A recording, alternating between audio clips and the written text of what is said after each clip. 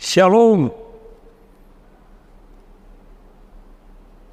Opa, oma, dan bapak ibu sekalian yang dikasihi oleh Tuhan Yesus Kristus. Tiba saatnya kita pada malam hari ini kembali di dalam acara SPMAB. Perkenalkan, saya Sahat Amandus Freddy Sinaga, mendapat tugas untuk pelayanan pembacaan firman Tuhan. Saya jemaat dari GPIB Haris Pulau Gebal, Cakung, Jakarta Timur.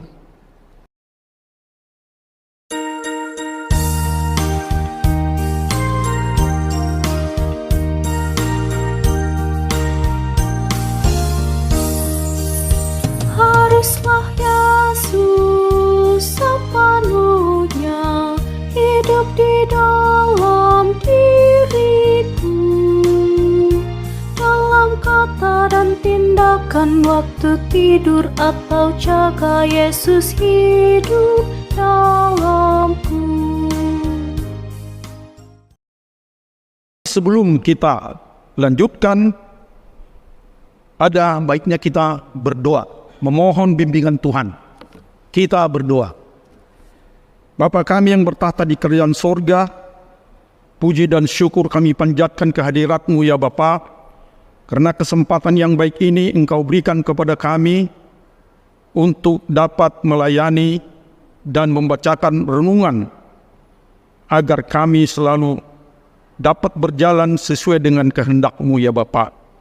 Untuk itu kami memohon bimbingan melalui Roh-Mu yang kudus kepada kami dan juga kepada saudara-saudara kami yang mendengarkannya. Amin. Adapun firman Tuhan yang akan kami bacakan dan di dalam renungan adalah diambil dari kitab Daniel pasal yang ke-7 ayat 14. Demikian bunyinya, kepadanya diberikan kekuasaan dan kemuliaan serta kedudukan sebagai raja. Maka orang-orang dari segala bangsa, suku, bangsa, dan bahasa mengabdi kepadanya. Kekuasaannya kekuasaan yang kekal, yang tidak akan lenyap, dan kerajaannya kerajaan yang tidak akan musnah. Bapak, Ibu, saudara-saudara sekalian, kami bacakan renungan yang telah disediakan untuk kami bacakan. Bacaan kita pada ayat ke-14 tidak terlepas dari bacaan pagi, khususnya pada ayat ke-13, di mana Daniel mendapatkan penglihatan tentang kedatangan sosok yang disebut anak manusia. Ungkapan anak manusia sendiri jelas menunjuk kepada Sang Mesias. Sebagaimana penglihatan Daniel tentang binatang-binatang buas yang melambangkan kerajaan manusia, maka penglihatan tentang kedatangan anak manusia ini juga melambangkan kedatangan kerajaan Allah. Dikatakan bahwa anak manusia menerima kekuasaan dan kemuliaan dan kerajaan, dan semua orang, bangsa dan bahasa akan mengabdi kepada Dia ini. Ini mensyaratkan bahwa segala kuasa baik di bumi dan di surga ada dalam kendali sang anak manusia tersebut. Di sisi lain, dengan kedatangannya, maka kesombongan raja-raja serta bangsa-bangsa yang menindas umat Tuhan akan dikalahkan dan dimusnahkan dengan kuasanya. Perlu menjadi perhatian kita juga bahwa kata kerja mengabdi dalam bacaan kita juga dapat diterjemahkan sebagai ibadah. Ibadah sendiri dimaksudkan untuk memberikan penghormatan dalam bentuk pujian, nyanyian, serta doa yang dinaikkan kepada Tuhan. Selain itu, penghormatan kepada Tuhan tidak hanya dilakukan dalam bentuk ritual saja, tetapi juga yang disebut dengan ibadah aktual, yang berwujud lewat perbuatan, perkataan, pikiran, bahkan perasaan. Itu artinya seluruh gerak-gerik kita adalah juga ibadah kepada Tuhan. Jadi konsekuensi dari penglihatan Daniel tentang anak manusia yang datang dan diberikan kekuasaan dan kemuliaan tidak terlepas dari tuntutan akan pengabdian atau ibadah kepada anak manusia tersebut yang kita yakini dan imani adalah Yesus Kristus, Sang Juru Selamat. Dia yang telah memberikan tubuh dan darahnya menjadi tebusan bagi keselamatan kita. Hanya kepada Dialah kita memberikan pujian dan kehormatan, tetapi juga seluruh hidup kita haruslah dipakai untuk mengabdi kepadanya. Demikian pembacaan firman Tuhan pada malam hari ini.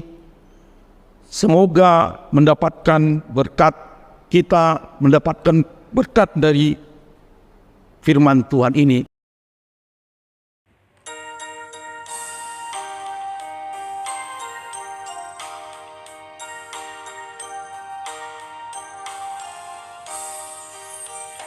Harus hidup sepenuhnya di dalam Yesus Tuhanku, dalam kasih kebenaran, pengampunan, kekudusan, dalam Yesus hidupku.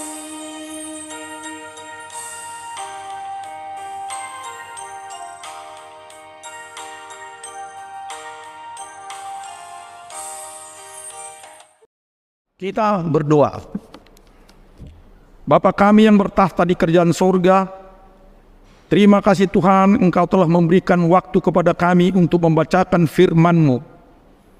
Bapa, kami mohon agar Engkau memberkati firman ini Tuhan, agar kami khususnya PKLU di golongan lanjut usia dapat memberikan semangat yang baru untuk kami ya Bapak, sehingga kami dapat beribadah dengan baik.